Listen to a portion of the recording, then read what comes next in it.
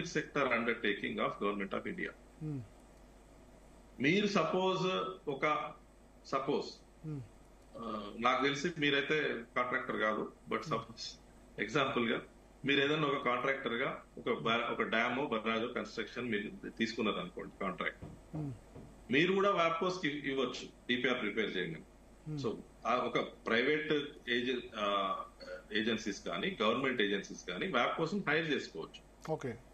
వ్యాప్కోస్ ఏం చేస్తుంది, like any other private entity, మీరు ఎవరైనా ప్రైవేట్ వాళ్ళకు కూడా ఇచ్చుకోవచ్చు. సపోజ్ నాకు ఏదైనా ప్రైవేట్ కన్సల్టెన్సీ ఉండి నేను డిపిఆర్ తయారు చేయగలిగితే మీరు నాకు కూడా ఇవ్వచ్చు. నాకు ఇచ్చే బదులు మీరు వ్యాప్కోస్ కూడా ఇవ్వచ్చు. వ్యాప్కోస్ అనేది పబ్లిక్ సెక్టర్ అండర్టేకింగ్ కాబట్టి బిహెచ్ఈఎల్ లాగా ప్రైవేట్ వాళ్ళకు కూడా బిహెచ్ఈఎల్ డూ సమ్ వర్క్స్. వ్యాప్కోస్ ఆ వర్క్ చేసి వాళ్ళు స్టేట్ కి ఇస్తారు. వ్యాప్కోస్ చేసింది దేనికి కూడా గవర్నమెంట్ ఆఫ్ ఇండియా ఎండార్స్మెంట్ ఉండదు. గవర్నమెంట్ ఆఫ్ ఇండియాకు వ్యాప్కోస్ ఇచ్చే రిపోర్ట్స్ గానీ డిపిఆర్ గానీ గవర్నమెంట్ ఆఫ్ ఇండియా శాంక్టిటీ లేదు, ఉండదు. సిడబ్ల్యూసి ఏదైతే చెప్తుందో అది గవర్నమెంట్ ఆఫ్ ఇండియా చెప్పినట్టు. వ్యాప్కోస్ చెప్పింది గవర్నమెంట్ ఆఫ్ ఇండియా చెప్పినట్టు కాదు.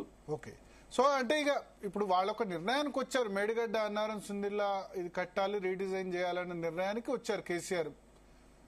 అది ఎందుకు వచ్చారని అనిపిస్తుంది మీకు? ఆయన బలంగా అంటే స్టేట్ గవర్నమెంట్ డిసిషన్ అది. స్టేట్ గవర్నమెంట్ రెండు విషయాలు చెప్పింది నాకు తెలిసి, 2-3 విషయాలు చెప్పింది. అందులో మెయిన్ గా నాకు ఇది ఉన్నంత వరకు, అవగాహన ఉన్నంత వరకు సిడబ్ల్యూసి 165 టీఎంసీ ఫస్ట్ ఉందని చెప్పింది, తర్వాత లేదని చెప్పింది అన్నారు. అయితే సిడబ్ల్యూసి ఎప్పుడైనా ఒక ప్రాజెక్ట్ కు వాటర్ అవైలబిలిటీ చెప్పినప్పుడు 75% డిపెండబిలిటీ అనే ప్రామాణికత ఉంటుంది. 75% డిపెండబిలిటీ అంటే 3 out of 4 years water available ఉండాలి, 3 out of 4 years project success కావాలి. 75% డిపెండబిలిటీ కింద తుమ్మడేటి లొకేషన్ లో 165 టీఎంసీ ఉందని సిడబ్ల్యూసి చెప్పింది వాస్తవం. అయితే వాళ్ళు అందులో ఏం రాసిందంటే ఒక 63 టీఎంసీ పై రాష్ట్రాలు, పేరు చెప్పలేదు, మహారాష్ట్ర అనే పేరు చెప్పలేదు, పై రాష్ట్రాలు సర్ప్లస్ వాటర్ అనుకోని వాళ్ళు వాడుకునే అవకాశాలు ఉన్నాయి. ఎందుకంటే మేము వ్యాప్కోస్ ఇచ్చిన రిపోర్ట్స్ కూడా చూసాము. ఇప్పుడు వ్యాప్కోస్ ఎట్లయితే మన స్టేట్ కూడా డిపిఆర్స్ చేస్తుందో మహారాష్ట్ర కూడా కొన్ని డిపిఆర్స్ తయారు చేసి సిడబ్ల్యూసీకి పంపించింది. వీళ్ళు సిడబ్ల్యూసీ ఇంటర్ స్టేట్ డైరెక్టరేట్ ఉందని చెప్పాను కదా నేను. ఇంటర్ స్టేట్ డైరెక్టరేట్ ఏం చేస్తుందంటే ఈ ప్లేస్ లో మహారాష్ట్ర ఏమన్నా ప్రాజెక్ట్స్ అప్లై చేసిందా, వాళ్ళు ఏదన్నా ఇక్కడ వాటర్ వాడేటందుకు చూస్తున్నారా అనేది చూసి వీళ్ళు అన్నది ఏంటంటే ఒక 63 టీఎంసీ వాళ్ళకి ఎలకేషన్ లేదు మహారాష్ట్రకు, వాళ్ళు సర్ప్లస్ వాటర్ ని యూజ్ చేసుకునే ఛాన్స్ కనపడతా ఉంది వ్యాప్కోస్ ఇచ్చిన రిపోర్ట్ ప్రకారము. మీరు ఈ ప్రాజెక్ట్ టేకప్ చేయబోతున్నారు కాబట్టి కేర్ఫుల్ గా ఉండండి. అంటే like cautioning a state that some other state might do something. ఈ 165 టీఎంసీ మీదే, తెలంగాణదే. అందులో 63 టీఎంసీ వాళ్ళే అనుకోని వాళ్ళు వాడుకునే పరిస్థితి రావచ్చు. మీరు దాన్ని ఇది చేసుకోండి, అంటే వర్కౌట్ చేసుకోండి అన్నప్పుడు అది 165 టీఎంసీ లో ఈ 63 తీసేసి సిడబ్ల్యూసీ లేవన్నది అనేది కరెక్ట్ కాదు. 165 టీఎంసీ 75% డిపెండబిలిటీ కింద సిడబ్ల్యూసీ చెప్పింది అనేది వాస్తవం, అందులో ఏమాత్రం కూడా డౌట్ లేదు. ఓకే. సో ఇక్కడ ఇప్పుడు సరే మేడిగడ్డ అన్నారం సుందిల్లా మొత్తం ప్రాజెక్ట్ అయితే ఇప్పుడు కంప్లీట్ అయింది. ఇప్పుడు ఓవరాల్ గా మేడిగడ్డలో పిల్లర్లు కుంగిపోవడం, దాన్ని ఎట్లా దీన్ని రిపేర్ చేస్తే మొత్తం సెట్ అయిపోతుందా, లేకపోతే మళ్ళీ ప్రాబ్లం తలెత్తే అవకాశం ఉంటుందా? ఇప్పుడు దీని మీద గవర్నమెంట్ ఆఫ్ ఇండియా స్టాండ్ గానీ లేకపోతే నా పర్సనల్ ఒపీనియన్ గానీ, నేషనల్ డ్యామ్ సేఫ్టీ అథారిటీ దీనికి ప్రామాణికత ఉన్న ఆర్గనైజేషన్ కంట్రీలో. వాళ్ళు ఇచ్చిన రిపోర్ట్ 1.5 year వాళ్ళు స్టడీ చేశారు. వాళ్ళు ఏదైతే స్టడీ చేసి వాళ్ళు ఏదైతే రిపోర్ట్ ఇచ్చిండ్రో వాళ్ళు చాలా క్లియర్ గా ఏం చెప్పారంటే జియోటెక్నికల్ ఇన్వెస్టిగేషన్స్ ఫర్దర్ గా చేయండి. ఏదైతే మీరు ఇంతకు ముందు కొన్ని చేసి ఉన్నారు, ఇంకొన్ని చేయాల్సింది ఉంటే చేయలేదు, ఇప్పటికైనా అవి చేసి రిపోర్ట్స్ ఇస్తే అక్కడ ఉన్న జియోలాజికల్ ఇన్ఫర్మేషన్, జియోటెక్నికల్ గానీ జియోఫిజికల్ గానీ ఇన్స్ట్రుమెంటేషన్ డేటా గానీ ఇస్తే అవి స్టడీ చేసి మేము we will tell you whether that barrage will stand or further repairs are needed, renovation is needed, whether if needed or not, ఇవన్నీ కూడా ఆ టెస్ట్ రిజల్ట్స్ బట్టే మేము చెప్తామని వాళ్ళు అన్నారు. సో నా ఒపీనియన్ ఏంటంటే స్టేట్ గవర్నమెంట్ ఆ టెస్ట్ చేసి ఎంత త్వరగా వీలైతే అంత త్వరగా టెస్ట్ రిజల్ట్స్ కనుక ఇస్తే అప్పుడు ఎన్డీఎస్ఏ వాటిని చూసి సమాధానం చెప్తుంది. సమాధానం ఎన్డీఎస్ఏ చెప్పాలి. నేను కాదు, ఎన్డీఎస్ఏ అది ఇంతకా దాదాపు 15 నెలల పాటు అది చేసి మళ్ళీ టెస్ట్ చేయాలని రిపోర్ట్ ఇవ్వడం ఏంటి? 15 మొత్తం పరిశీలించి 15 ఎన్డీఎస్ఏ ఫస్ట్ ఇంటర్వ్యూ రిపోర్ట్ ఎలకని పట్టింది అని అంటున్నారు బీఆర్ఎస్ వాళ్ళు. అయితే లేదు, నేను చెప్తాను భరత్ గారు. ఫస్ట్ ఇమ్మీడియట్ గా దాన్ని ఏమంటారు, ఇన్సిడెంట్ జరిగిన 10 days లోనే they have given a preliminary report. ఆ ప్రిలిమినరీ రిపోర్ట్ ఎందుకు ఇస్తారంటే ఫర్దర్ గా డ్యామేజ్ జరగకూడదు బరాజ్ కు, వాటర్ వచ్చి ఇంపౌండ్ అవుతుంది, వర్షాలు పడతాయి అని చెప్పి immediate measures like A person being taken to emergency for some wrong thing happened.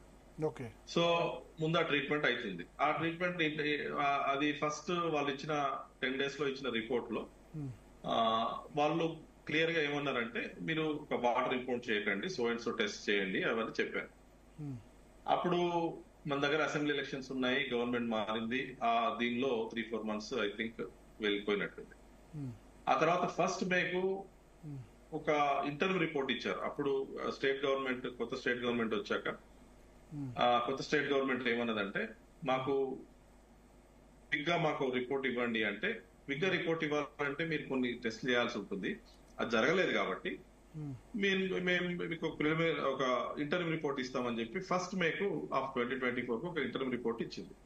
దానిలో చాలా క్లియర్ గా ఏం టెస్ట్ చేయాలా, ఏం చేయకూడదు, అంటే ఏం చేయాలా, ఎంత క్విక్ గా చేయాలా అనేది చాలా క్లారిటీ తోటి ఉంది. ఆ టెస్ట్లు ప్రస్తుతం స్టేట్ గవర్నమెంట్ కొన్ని చేసింది, కొన్ని చేసిన వాటిల్లో కొన్ని రిజల్ట్స్ సరిగా ఎన్డీఎస్ఏ సాటిస్ఫాక్షన్ ఉన్నట్లేవు. For various reasons, technical reasons ఉండొచ్చు, ఏమైనా రీజన్స్ ఉండొచ్చు.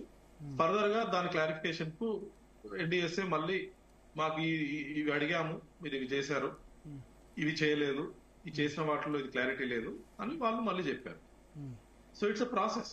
సో ఆ ప్రాసెస్ దానిలో ఇప్పుడు ఎందుకు అడుగుతారంటే తెలంగాణలో ఇప్పుడు 24%, 26% లోటు వర్షపాతం ఉంది ఇవాళకి. సో ఇదే 26% డెఫిసిట్ రెయిన్ఫాల్ ఉంది ఈ రోజు నాటికి, జూలై 16 నాటికి 26% లోటు వర్షపాతం. శ్రీశైలం నాగార్జున సాగర్ నిండుతుందేమో, బానే ఉంది, కానీ గోదావరి బేసిన్ లో పరిస్థితి దారుణంగా ఉంది. ఇప్పుడు మేడిగడ్డ నుంచి మరి ఇప్పటికైనా లిఫ్ట్ చేయొచ్చు అంటారు, కన్నెపల్లి పంప్ హౌస్ నుంచి లిఫ్ట్ చేయొచ్చు, ఇది ఇట్లా ఉన్నా సరే లిఫ్టింగ్ కి ప్రాబ్లం లేదంటారు. సో రాష్ట్ర ప్రభుత్వం ఇప్పుడు లిఫ్ట్ చేయాలా వద్దా ఇప్పుడున్న పరిస్థితులు? ఎప్పటి భరత్ గారు, ఇప్పుడు ఏదైనా కానీ మనకు అవసరాలు అయితే ఉంటాయి. అవసరాలు అనేది ప్రతి సంవత్సరం ఉంటాయి. వర్షాలు డెఫిసిట్, మీరు అన్నట్టు డెఫిసిట్ ఇయర్ లో ఇంకెక్కువ ఉంటాయి. అంటే ఇప్పుడు లాస్ట్ 8 సంవత్సరాలుగా పెద్ద అవసరం పడలే. కాళేశ్వరం ప్రాజెక్టు మేడిగడ్డ, అన్నారం, సుందిల్ల, ఎలంపల్లి దాకా లిఫ్ట్ చేసిన తర్వాత వర్షాలు పడి మళ్ళా కిందికి వదిలేసిన పరిస్థితులు ఉన్నాయి. కానీ అవసరాలు ఉంటాయి, డెఫిసిట్ ఇయర్ ఎస్పెషల్లీ ఉంటాయి. కాకపోతే అది సేఫా కాదా ఆపరేట్ చేయాలనేది నేను మళ్ళీ ఐఎమ్ రిపీటింగ్ అగైన్, ఎన్డీఎస్ఏ వాళ్ళు ఇచ్చిన రిపోర్ట్ లో సేఫ్టీ ఆస్పెక్ట్స్, వాళ్ళు dam safety, overall dam safety చూసుకోమని చెప్పినప్పుడు వాటర్ ఇంపౌండ్ చేయకూడదు అని వాళ్ళు చెప్పారు. So if you go by NDSA recommendations, then water ఆపుకుంటే రిస్క్ స్టేట్ ఉంటుంది. లేకపోతే ఎవరైనా కానీ basically it has to be studied by engineers, and engineers వాళ్ళు టెక్నికల్ గా ఏది కరెక్ట్ అనిపిస్తే వాళ్ళు రెస్పాండ్ కావచ్చు. అన్నారం సుందిల్ల విషయంలో కూడా ఎన్డీఎస్ఏ రిపోర్ట్ లో వాటర్ ఇంపౌండ్ చేయకూడదు అనేది ఉంది. అంటే దే సెడ్, వాళ్ళు అన్నది ఏంటంటే పైపింగ్ ఏదైతే బాయిలింగ్ పైపింగ్ మేము ఏదైతే మేడిగడ్డలో చూసామో అన్నారంలో కూడా కొంచెం కనిపించింది, సుందిల్లలో వేరే ఇష్యూస్ ఉన్నాయి. బట్ ఓవరాల్ గా ఆ 3 బరాజెస్ కూడా సేమ్ పారామీటర్స్ మీద డిజైన్ చేశారు కాబట్టి, జియోటెక్నికల్ ఇన్వెస్టిగేషన్స్ కానీ whatever. So it is better that same test మేడిగడ్డలో జరిగినాయి కూడా సుందిల్ అన్నారంలో జరిగితే ఇట్ ఈస్ మోర్ సేఫర్ అనే ఒక ఎన్డీఎస్ఏ ఇచ్చిన రిపోర్ట్ అయితే వస్తుంది. ఓకే. సో ఇప్పుడు మేడిగడ్డ ఇప్పుడు ఎన్డీఎస్ఏ ఆ టెస్ట్ చేస్తే తప్ప చెప్పలేదా మేడిగడ్డ సేఫా కాదా అన్నది? అంతే టెస్ట్ ప్రైమరీ రీజన్ ఏంటి? టెస్ట్ ప్రైమరీ రీజన్ కాంట్రాక్ట్ సంస్థ నిర్లక్ష్యం అనిపిస్తుందా, ఇంజనీర్ల నిర్లక్ష్యమా? లేకపోతే కొద్దిమంది అంటారు ఈ ప్రతి ప్రాజెక్టు కూడా ఇటువంటి రావడం కామన్ అని కూడా చెప్తున్నారు. ఏదైనా సిస్టమిక్ ఇష్యూ అండి. సిస్టమ్ లో అందరూ ఉంటారు. సిస్టమ్ లో డిపార్ట్మెంట్ ఇంజనీర్స్ ఉంటారు, కాంట్రాక్టర్స్ ఉంటారు, అందులో గివ్ అండ్ టేక్ ఉంటుంది. సో అది there are various agencies that are investigating. Vigilance investigation జరిగింది, జ్యుడిషియల్ జరిగింది. ఎన్డీఎస్ఏ ప్యూర్లీ నేను ఇన్వాల్వ్ అయింది అంటే నేను అడ్వైజర్ గా ఉన్నప్పుడు ఎన్డీఎస్ఏ రిపోర్ట్ లో అంటే ఇన్వెస్టిగేషన్స్ నేను చూశాను ప్రత్యక్షంగా, ఇప్పుడు పరోక్షంగా చూస్తున్నాను. నాకు అవగాహన ఉన్నంత వరకు ఎన్డీఎస్ఏ టెక్నికల్ ఇన్వెస్టిగేషన్స్ చేసిన దానిలో నాకు అవగాహన తోటి నేను మాట్లాడుతున్నాను.